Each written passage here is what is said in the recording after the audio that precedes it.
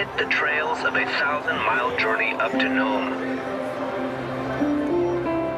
The next musher on the starting line is Sebastian dos Santos Borges from Chazebon, France, a rookie again this year as he didn't finish in 2019. But you might have seen he started his team with shelter dogs.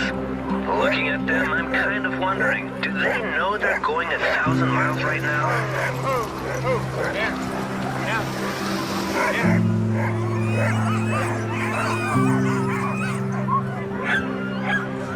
Pour moi, l'Iditarod, c'est la course la plus difficile au monde. C'est l'aventure du Grand Nord, de Jack London et de l'appel de la forêt. Traverser l'Alaska avec 14 chiens sans aucune assistance est un immense défi. Mais c'est aussi vivre une histoire d'amitié. C'est pour ça que j'ai décidé de m'y confronter, une seconde fois, après mon abandon en 2019. Au milieu de cette nature sauvage, nous ne pourrons compter que sur nous. Il faudra faire bloc, ne faire qu'un, pour continuer d'avancer. Car tout peut arriver en 1600 km de course.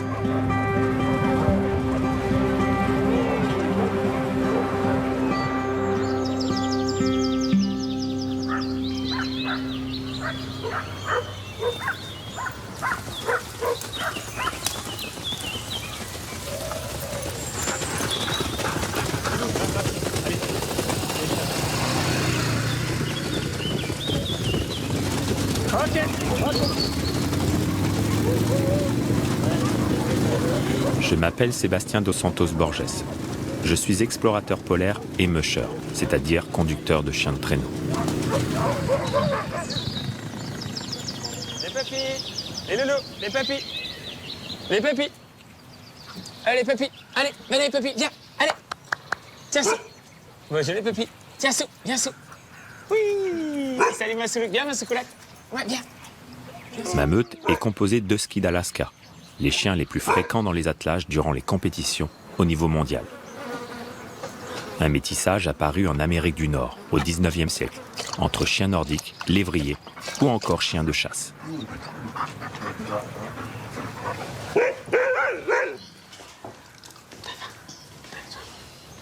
Moi, avec les petits chiens, ça a commencé en janvier 94, donc ça fait 26 ans maintenant. J'ai commencé en adoptant un premier chien, un husky de Sibérie, et je trouvais ça dommage d'avoir un husky de Sibérie et pas partir dans le Grand Nord. Donc c'est vraiment ce chien qui m'a emmené vers ces aventures polaires, ces terres boréales. Cadlock, 5 mois et demi.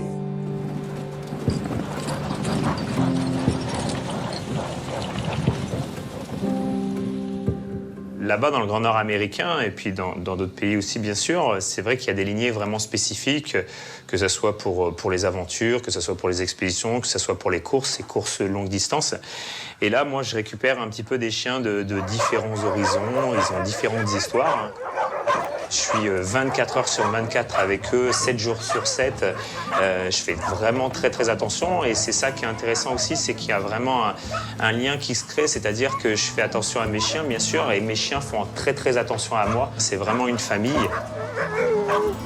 Et ensuite, lorsqu'on va prendre le départ et qu'on va être 14 plus moi, donc 14 canins plus un humain, eh bien au bout du compte, on ne forme qu'un seul et unique bloc, un seul et unique groupe et c'est ça qui est vraiment intéressant et on va prendre soin les uns des autres.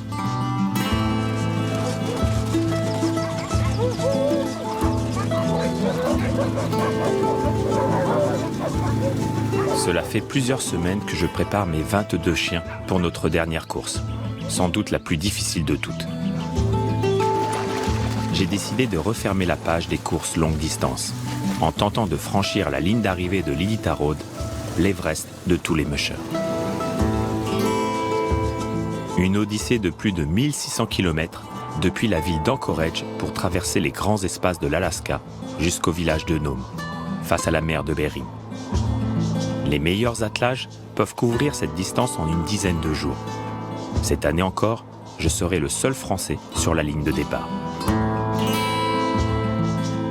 Le parcours de l'Iditarod est chargé d'histoire. Il rend hommage aux relais de chiens de traîneau durant l'hiver 1925. Mais il y a eu une grosse épidémie de diphtérie donc, en Alaska. Donc le seul moyen pour acheminer donc, ces sérums, c'était donc avec ces attelages, ces vaillants attelages de chiens du Grand Nord pour sauver des personnes et des enfants donc, à Nome. C'est une symbolique extraordinaire. La plupart des établissements scolaires en Alaska et beaucoup aux États-Unis s'arrêtent de travailler pour suivre cette grande aventure de l'Iditarod. Donc c'est magique. Et là, en plus, en l'occurrence, plus des établissements scolaires français.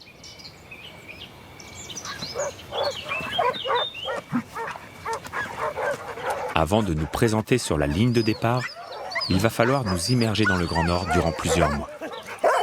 Je vais pouvoir m'appuyer sur l'expérience de mes vétérans. Mais il va surtout falloir former mes petits jeunes. 7 chiens qui sont nés chez moi il y a 2 ans. Ils n'ont jamais été attelés et n'ont jamais vu le Grand Nord. Les chiens et moi pourront compter sur ma compagne, Lisa. Elle nous suivra tout au long de cette aventure qui va durer près de 5 mois. Madame est prête.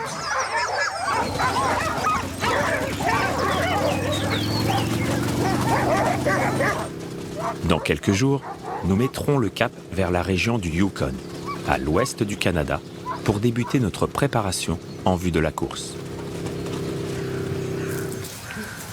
Ce long voyage implique de laisser Cassie, ma petite fille de 5 ans derrière moi. Celle-là? Oh là, c'est gros ça. Oh là, ça y est, Tanès, il l'a vu. Elle le sait très bien, hein, que je vais partir, que c'est ma passion avant tout, avant d'être mon métier. Je sais qu'elle est fière de moi et donc ça me met du baume au cœur pour continuer ces aventures et ça me donne un petit peu plus de force pour avancer. Mais c'est vrai que forcément, c'est pas évident. Elle préfère ça plutôt que de voir un papa qui serait peut-être un petit peu plus malheureux dans un univers ou dans un métier qui ne plairait pas.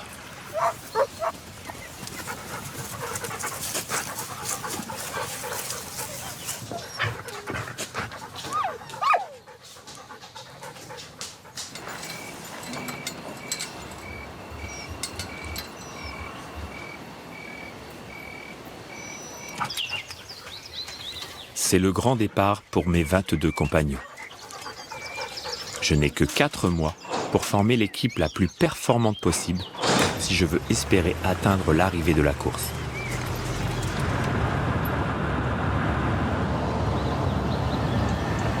Direction l'autre bout du monde. Là-bas, l'hiver a déjà commencé.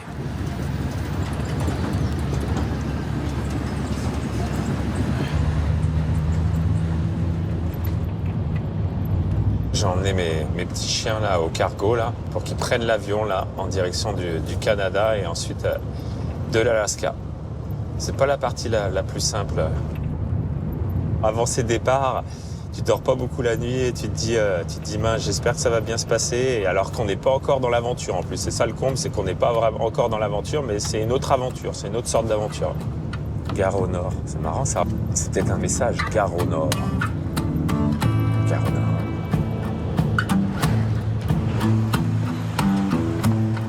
Essayer de tout préparer, ne rien oublier. C'est vraiment la partie stressante, angoissante.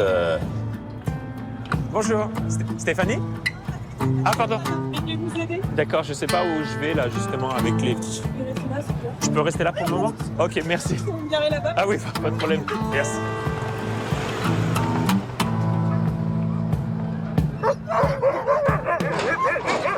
Mais j'ai mes petits jeunes, là, comme je les appelle, là, mes petits jeunes là, qui ont 2 ans, un peu plus de 2 ans maintenant, là, qui n'ont jamais pris l'avion.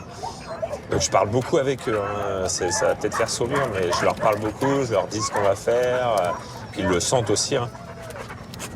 C'est sympa ton parking, mais le Grand Nord, je ne m'imaginais pas ça, moi, le Grand Nord. Hop. Après, on va faire l'appel, hein, les chiens.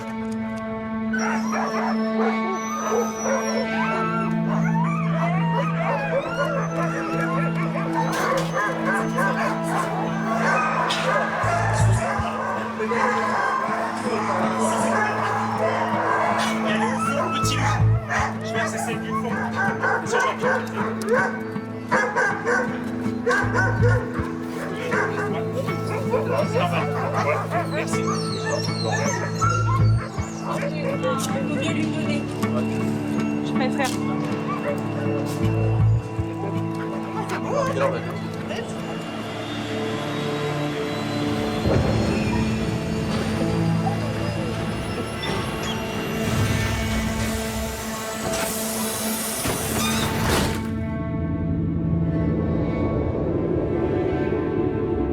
Après avoir survolé l'Atlantique et traversé le Canada d'est en ouest par la route, nous gagnons le Yukon, notre terrain d'entraînement pour les 4 prochains mois.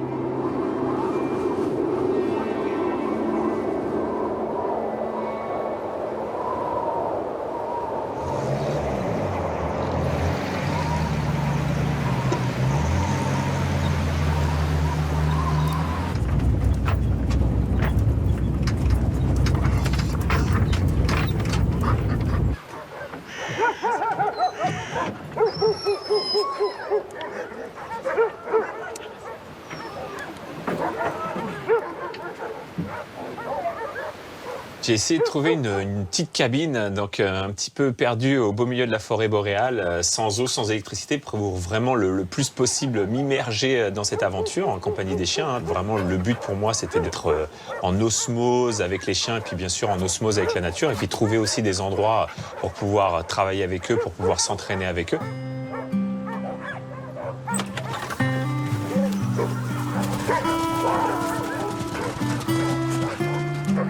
La cabane est relativement spacieuse. On a même un étage. Pas de douche, pas d'eau, pas d'électricité. On a un petit groupe électrogène pour recharger les batteries des frontales et des téléphones. Et voilà.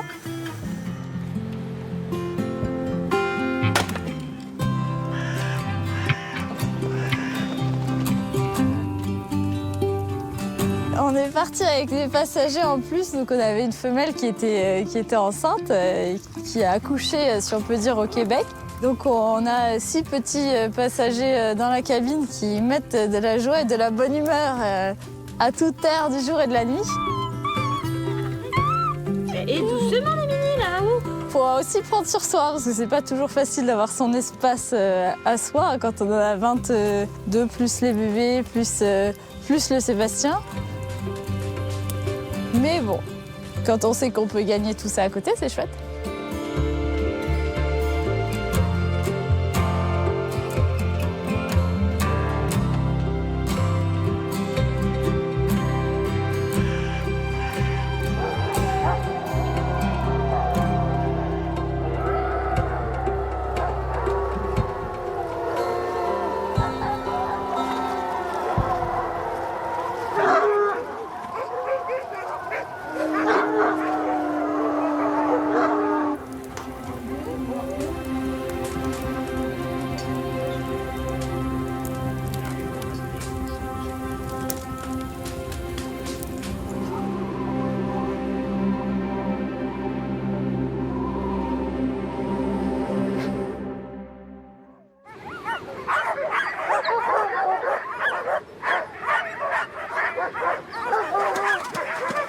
Les guitarodes se courent avec des attelages de 14 chiens qui ne peuvent pas être remplacés durant la course.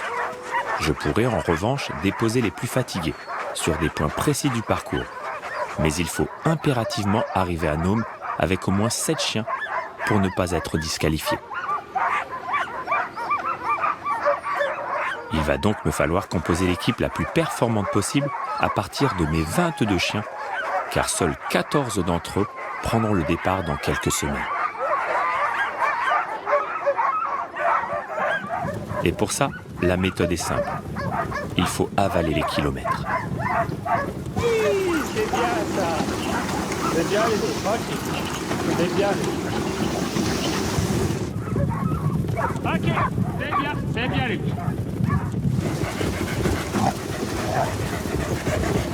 Oui, c'est bien mes loulous.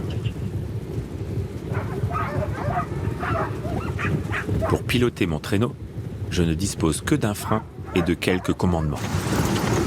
J pour tourner à droite, A pour tourner à gauche, demi-tour, stop. Le lien avec les chiens passe essentiellement par la voix. C'est bien, c'est bien ça. C'est bien, c'est bien, c'est bien, c'est bien, mais...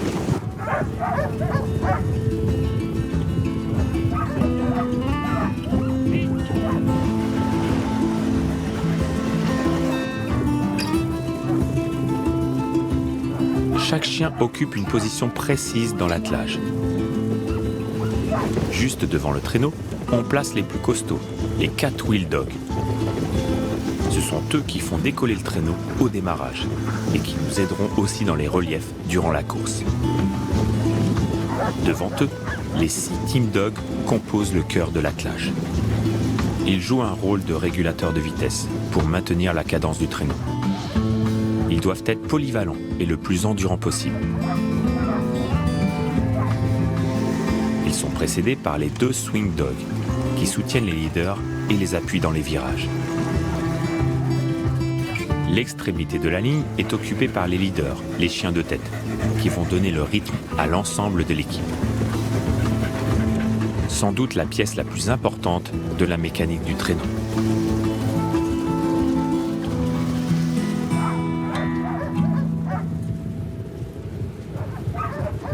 C'est eux qui vont donner vraiment la dynamique au niveau de l'attelage et ils vont devoir traverser des ponts de glace, ils vont devoir traverser des rivières ouvertes, ouvrir des pistes, affronter le blizzard, le vent. Donc c'est assez incroyable. C'est-à-dire vous retirez les chiens de tête, tous les autres chiens ils s'arrêtent de courir.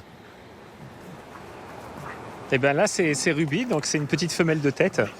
Elle est en pleine formation et c'est pas moi, hein, j'insiste là-dessus, c'est elle qui forme les autres chiens vu qu'ils sont en tandem l'un à côté de l'autre. Là, on est en train de travailler avec le petit Zeppelin, avec Scylla, avec la petite Una, pour pouvoir tourner au fur et à mesure, pour pouvoir les reposer au fur et à mesure. Mais ensuite, il faut que ça forme un groupe, un tout. C'est-à-dire qu'il faut aussi que le chien de tête, il soit au sein de l'attelage, que ça soit homogène. Parce que si le chien de tête, il est vraiment trop rapide, trop véloce et les autres, ils ne suivent pas derrière, ça va poser des problèmes.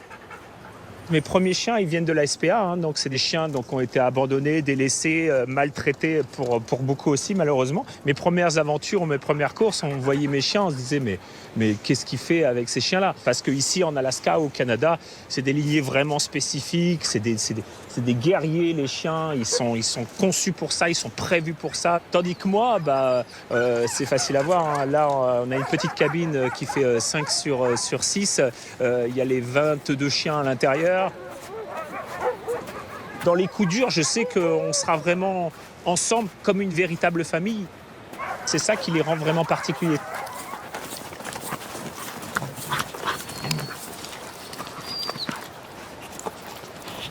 Durant la course, il y a des checkpoints. Donc les checkpoints sont les points de contrôle où les mushers doivent passer obligatoirement et sont contrôlés. Et ils récupèrent notamment aussi des sacs qu'ils ont préparés à l'avance avec du matériel. Et là-dedans, il faut qu'on mette absolument tout ce dont il a besoin parce qu'il n'aura aucun autre recours pendant la course. Donc c'est-à-dire qu'il faut mettre toute la nourriture des chiens, tout le matériel pour lui, les manteaux des chiens, sa nourriture à lui.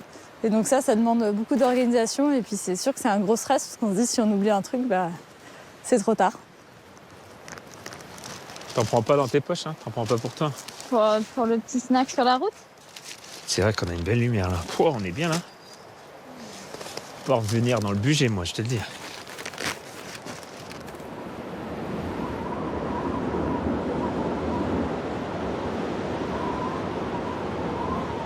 Après 3 semaines, les organismes des chiens commencent à s'acclimater aux rudesses du Grand Nord. Si chaque poste de mon attelage n'a pas encore trouvé son titulaire, les vétérans Siku, Frisbee et Quest ont fait parler leur expérience et s'affirment comme les piliers de ma future équipe. Pour faire tourner mon effectif, Lisa doit prendre les commandes de mon 2e traîneau. Les plus jeunes vont ainsi s'habituer à croiser d'autres attelages.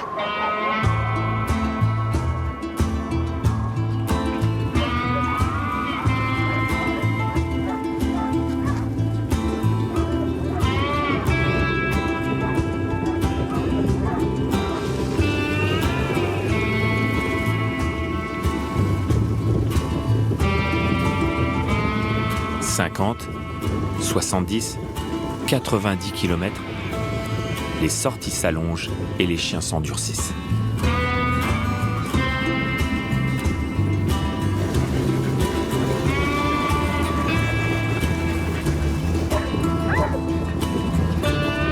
Au fil des semaines, mon attelage trouve son identité. Et mes petits jeunes se transforment en véritables chiens de traîneau, capables de couvrir plus d'100 de kilomètres par jour, par moins 35 degrés.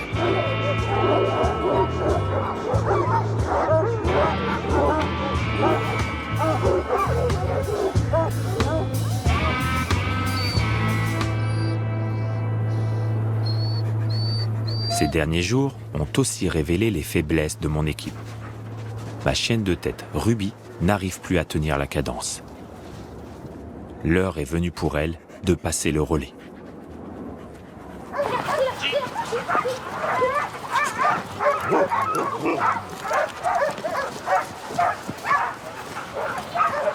Le départ de la course a lieu dans 3 semaines. Mes chiens habitués à la chaleur du poêle et au confort de la cabane vont devoir apprendre à bivouaquer à la belle étoile et par tous les temps. Lors de nos repos en course, il n'y aura d'abri ni pour eux ni pour moi.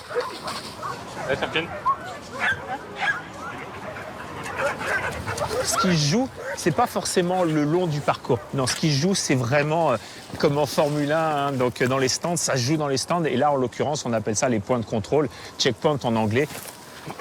Les meilleurs, ils vont pas perdre une seconde. C'est-à-dire, ils vont arriver, hop, hop, hop, les bottines, la paille, hop, les chiens, on leur donne la soupe, hop, hop, ils dorment. Et hop, tout de suite après, le musher, il va se reposer. Voilà. Tiens, ma belle. Ce serait bien que vous mangiez. C'est chaud. Le but, en effet, c'est que les chiens, eux, il faut tout de suite qu'ils emmagasinent de l'énergie. Hop, lorsqu'on les met dans la paille, ils se mettent en boule et il faut qu'ils se reposent. C'est-à-dire qu'on peut passer avec un semi-remorque à côté, une motoneige, ils ne lèvent même pas la paupière pour voir ce qui se passe. Voilà.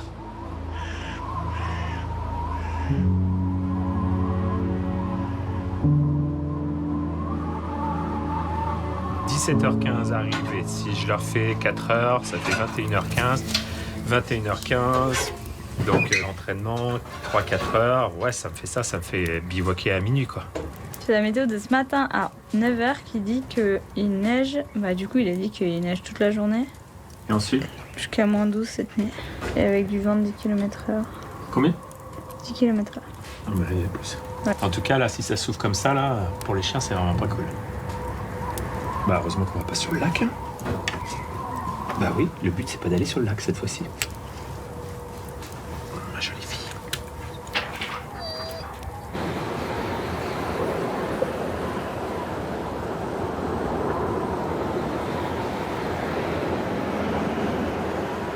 La gestion des nuits sera un enjeu important sur la piste de l'Iditarod.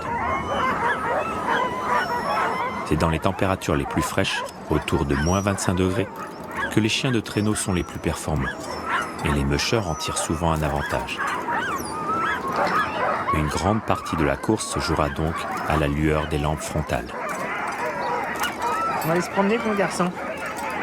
80 km, petite pause de 3 heures, et puis là, je repars sur 50 km.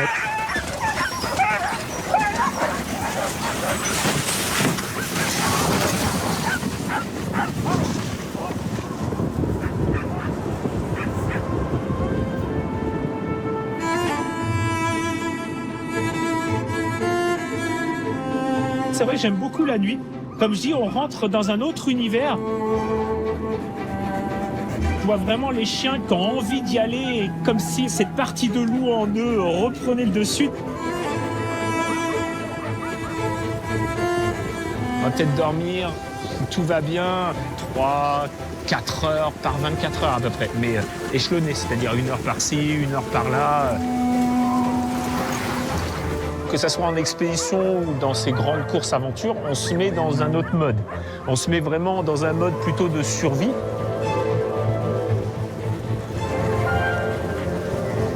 Il y a beaucoup de mushers longue distance qui ont des hallucinations pendant le parcours. Ils ont une odeur, j'allais dire, de lasagne en pleine forêt boréale. On peut faire très attention là-dessus. Il y a eu beaucoup d'accidents. On peut faire des micro-sommeils, bien sûr, sur le traîneau hein, et s'endormir sur le traîneau. S'il y a un arbre qui tombe et qu'on s'endort, les chiens, ils sont plus bas. Donc les chiens, ils passent, mais vous passez pas.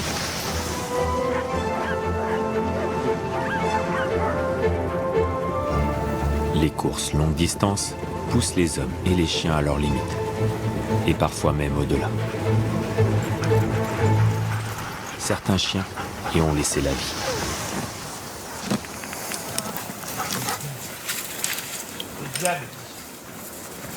Lorsque j'ai fait ma première Yukon Quest, j'ai mon chien Polar qui est tombé comme ça d'un coup et donc il est décédé comme ça d'une hémorragie interne. Ils m'ont dit que ça aurait pu très bien arriver chez moi sur son canapé ou quoi que ce soit, mais bon, là pour moi c'est très très difficile et ça l'est encore, hein, donc d'où le nom de mon équipe, la Polar Team. Et puis je pars jamais dans ces aventures, dans ces expéditions sans le collier de mon chien, hein, de mon Polar.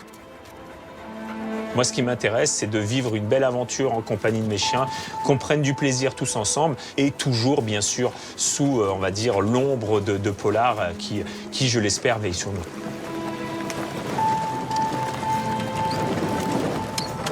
Voir Nome au bout des patins, ça c'est extraordinaire parce que c'est tellement...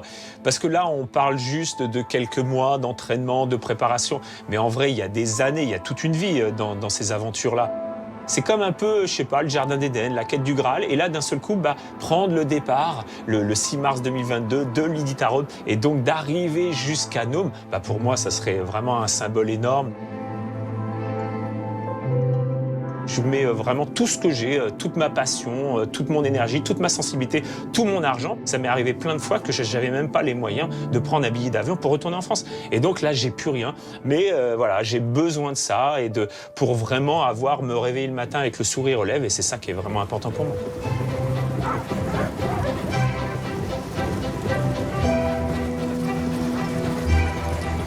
En 4 mois, le Grand Nord fait son œuvre. Une véritable équipe a émergé de ma meute. Tilou et Rose feront parler leur puissance à l'arrière, épaulés par Quest et Susitna. Devant eux, le jeune Léon et sa sœur Gomet occuperont le milieu de la ligne. C'est Scylla et Zeppelin qui prendront la relève de Ruby en position de chien de tête. Ils auront la responsabilité de conduire le traîneau jusqu'à Nome.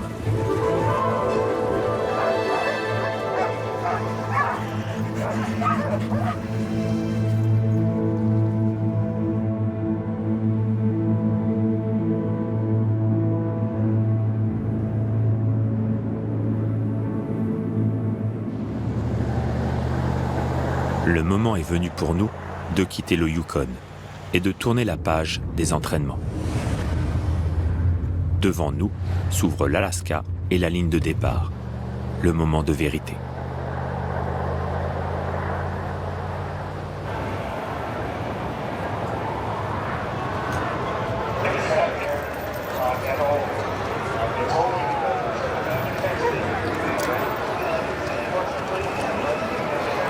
Saturday, March 5th, 2022, and we are live from Anchorage, Alaska for this 50th edition of the Iditarod. These next days, we will watch the world's most athletic dogs in action along this iconic 1,000-mile trail. We've got 50 mushers and 700 dogs downtown today for their ceremonial start of the race. They're going to run 11 miles in the snow through the city before the official start tomorrow. A unique opportunity for the public to get up close and personal to the dogs and the favorite mushers of this edition. The 5-time champion Dallas Seavey is hungry for another victory this year, but he will have to deal with his main challenger, Brent Sass, wearing bib 27.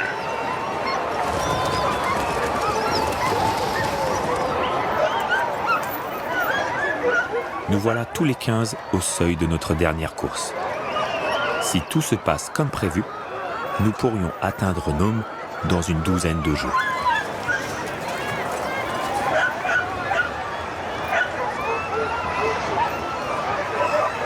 Rose, Susitna, Petit Loup, Quest, Miles, Siku, Frisbee, Indigo, Gomet, Léon, Roméo, Una, Zeppelin et Scylla ne sont ici que pour une seule raison, la confiance aveugle qu'ils ont en moi.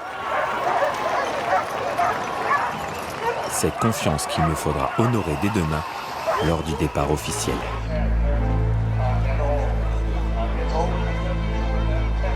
Here in Willow today, 40 40 miles north of Anchorage.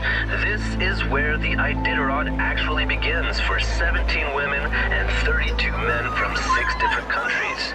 They will take off one by one according to their bib number, but how many of them will actually make it across the finish line?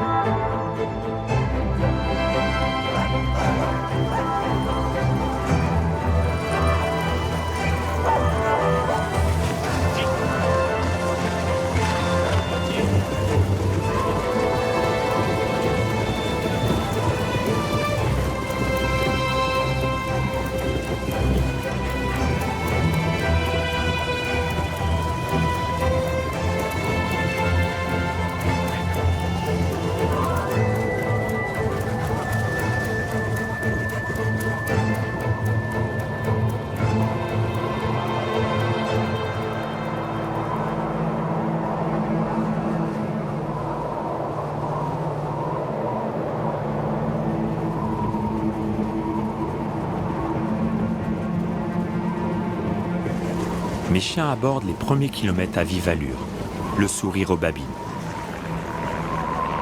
Derrière, je garde les pieds sur le frein. L'Iditarod est un marathon et il faut s'économiser.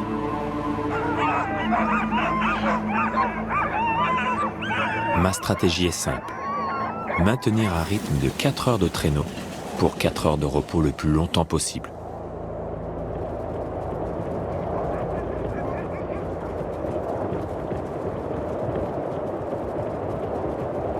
Désormais, nous ne pouvons compter que sur nous-mêmes.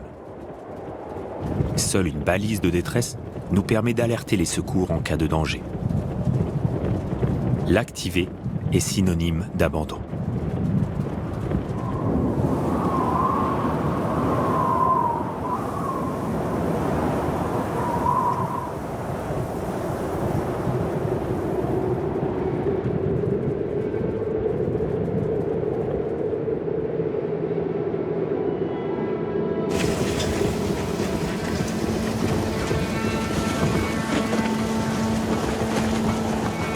Overnight, teams passed through the checkpoint at Skwentna, and front pack teams are now on their way up the front of the Alaska Range that includes the highest mountains in North America. The mushers have to help the dogs by pushing the sledges to reach the Rainy Pass checkpoint at an altitude of 1,000 meters. Ryan Reddington is holding strong in the lead pack and is first into Rainy Pass, and Richie Deal comes in second. The way down by Dalzell Gorge is going to be tough, though. 18 miles of sharp turns, and they have to pass before others remove the snow from the trail with their sledges. C'est bien, c'est bien ça, c'est bien celui-là, c'est bien Roméo, c'est bien Marc. Partis en 44e position, nous remontons petit à petit le peloton pour nous placer à la 25e place. Nous atteignons le checkpoint de Rhône après 300 km.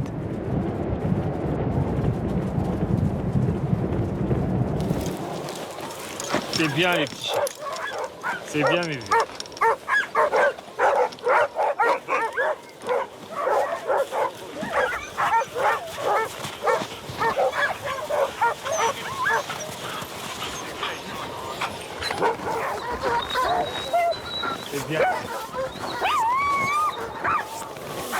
Comme ça, ils vont reposer tranquille. Viens, Mike.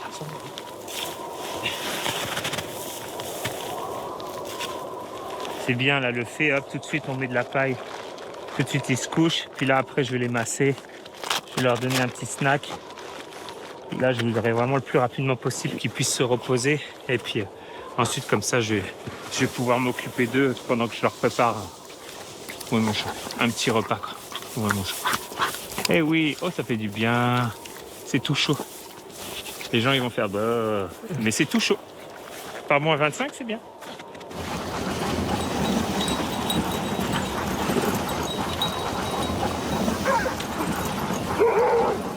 C'est bon, Léo. Léon. C'est notre attelage, tu vois. C'est bien, super.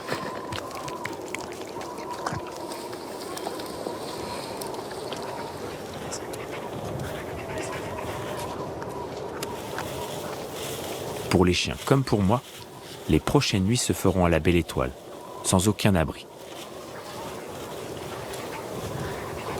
Nous repartirons dans seulement 3 heures.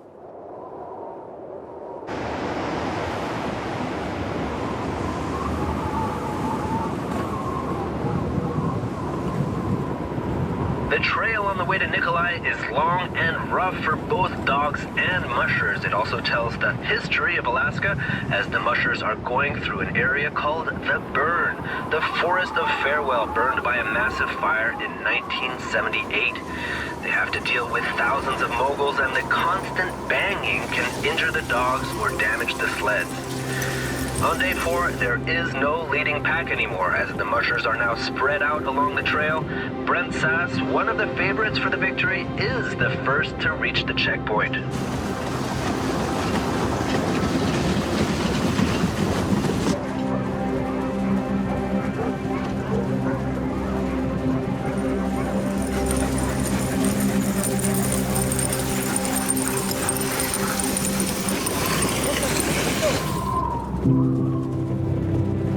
Nikolai marque la première étape en territoire amérindien depuis le départ.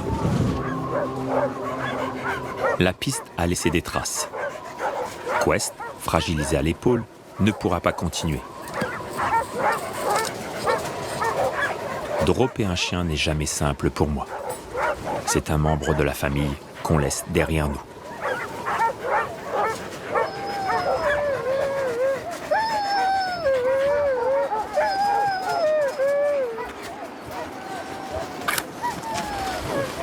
C'est rare de faire un feu, mais c'est vrai que ça réconforte dans ce grand blanc quand il fait froid, quoi.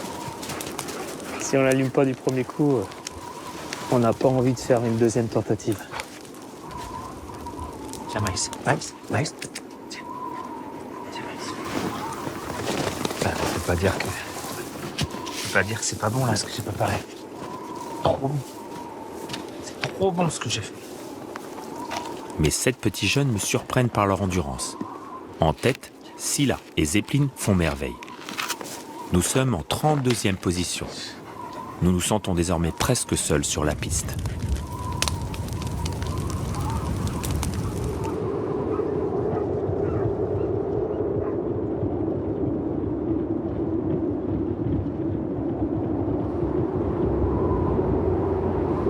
McGrath, Ophir, Cripple, nous gagnons le nord.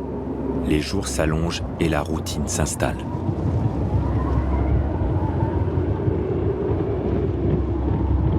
Pas à pas, nous sommes parvenus à nous fondre dans la nature sauvage de l'Alaska.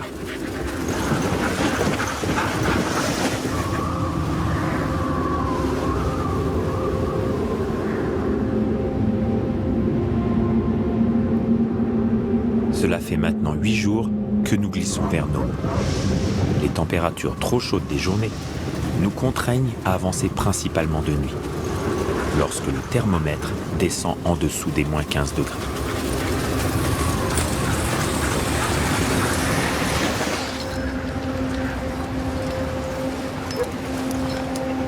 Depuis quelques kilomètres, Léon me semble à la peine. je choisis de confier mon grand timide de 3 ans à l'équipe présente au checkpoint de Ruby. Nous allons devoir poursuivre sans lui, vers le nord, en direction de la côte.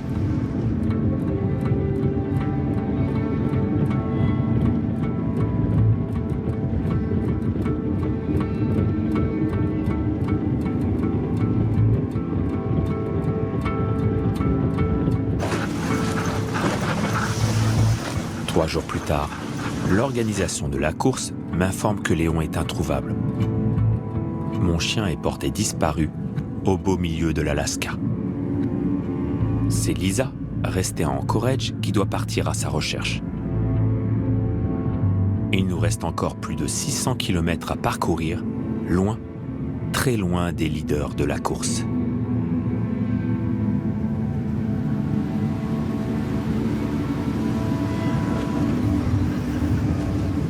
Day 8 on the Iditarod Trail. Still in first position, Brent Sass is closely followed by Dallas Seavey, just a few hours behind him. These two veterans are now days ahead of most of the other teams. Each minute lost at the checkpoint can compromise their victory and the $50,000 that go to the winner. Okay. We're not there yet. It's been a good run, but he's still right back there. Go. Difficult stretch is now inevitable as they move from the interior territory to the Bering Sea coast. They are facing a flat and bleak trail on the sea ice as they are leaving the coastline. Icy wind blows day and night, challenging the dogs and racers and stretching the limits of their endurance.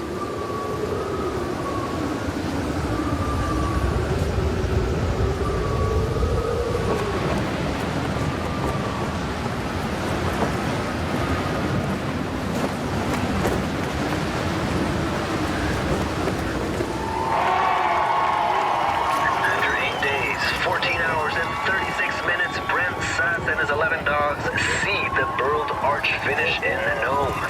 The Iditarod celebrates its new champion. He has never won it before.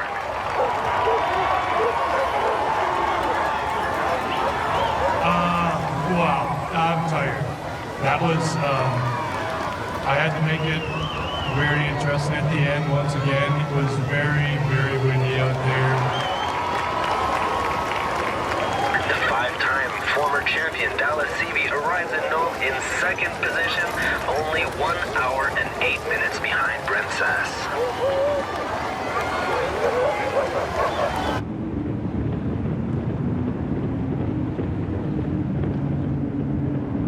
Nous sommes à 200 km de la ligne d'arrivée. Nous sommes parvenus plus loin sur la piste que lors de mon abandon en 2019. Jamais nous n'avons été aussi près du but.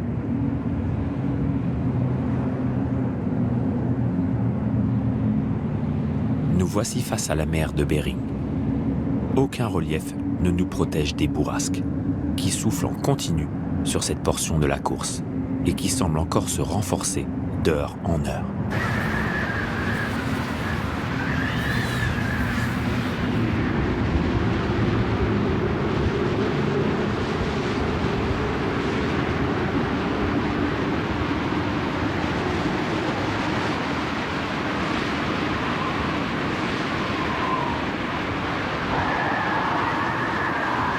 Nous sommes à 70 km de Nome et le blizzard se lève soudain sur la piste. Il est d'une violence extrême. Je n'ai jamais vu une tempête comme celle-là.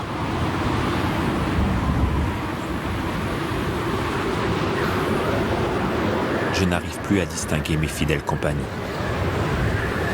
Et nous devons pourtant continuer d'avancer pour survivre.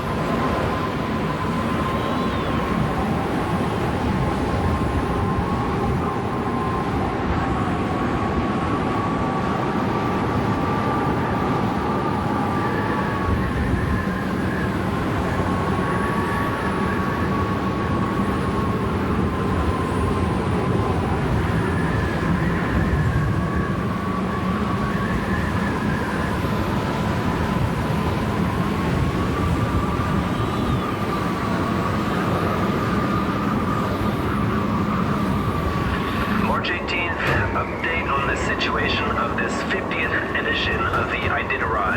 The vicious ground storm with high winds blowing off the Bering Sea has already led 3 mushers to ask for assistance.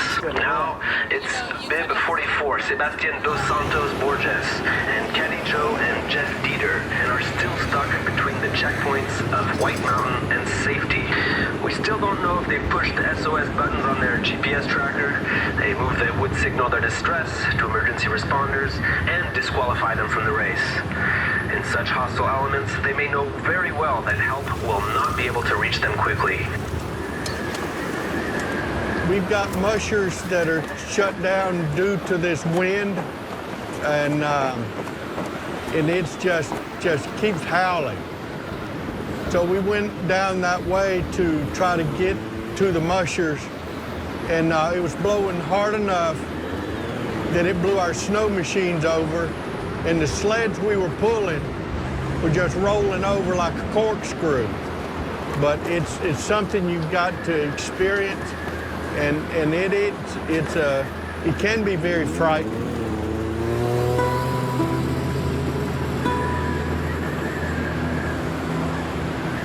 I've been in there when it was flat calm, and you could just sit and soak up the sun.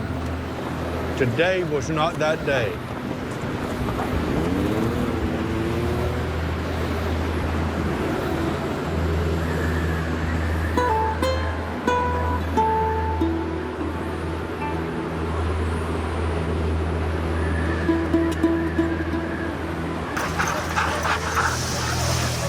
Okay. Good to see you.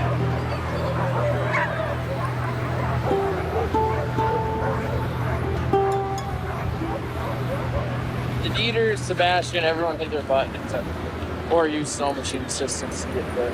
Sebastian's got pretty bad frostbite. So, we'll see you guys in Nome at some point. Ready, Pip? All right.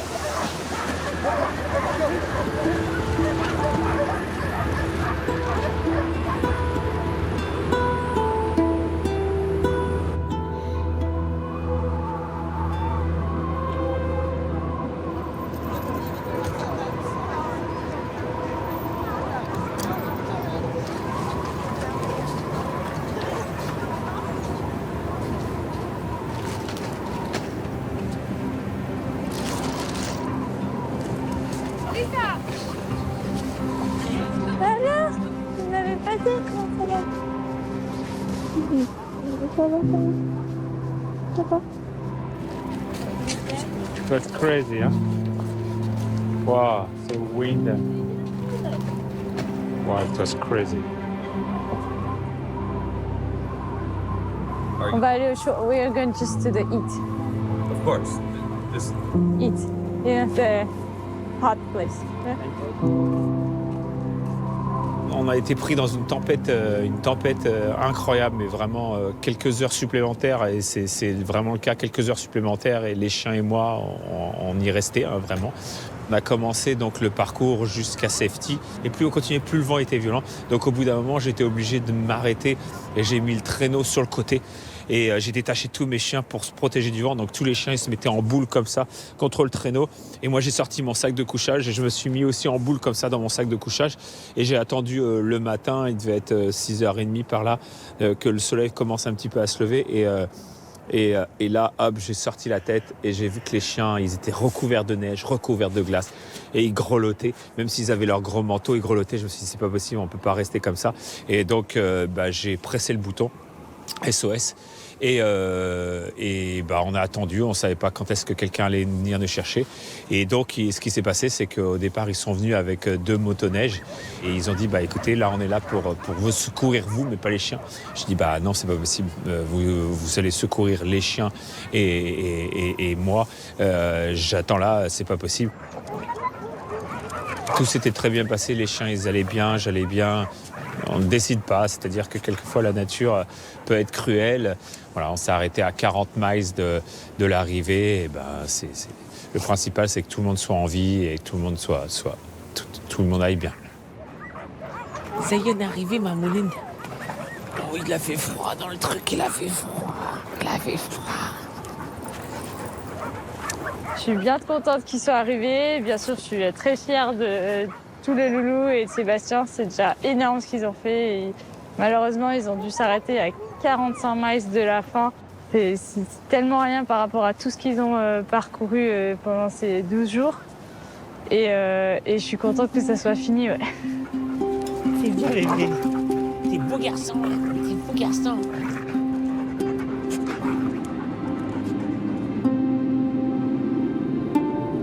La tempête aura contraint 6 attelages à l'abandon. 75 km. C'est tout ce qui nous a manqué après cette longue route à travers l'Alaska. La page des courses longue distance se referme pour moi et mes compagnons. Bientôt, la neige aura recouvert la piste et nous reprendrons la route vers l'Europe, à 27. J'avais perdu l'espoir de retrouver mon chien Léon. Jusqu'à ce que 3 mois plus tard, un petit miracle se produise. On a reçu un appel comme quoi Léon, et oui, Léon 3 mois après sa disparition, Léon a été vu juste à côté d'une petite cabine à McGrath. Ça voudrait dire qu'il a fait plus de 400 km en marche arrière sur le parcours de l'Aidita Road. Donc pendant 2 mois et demi, 3 mois tout seul dans la forêt.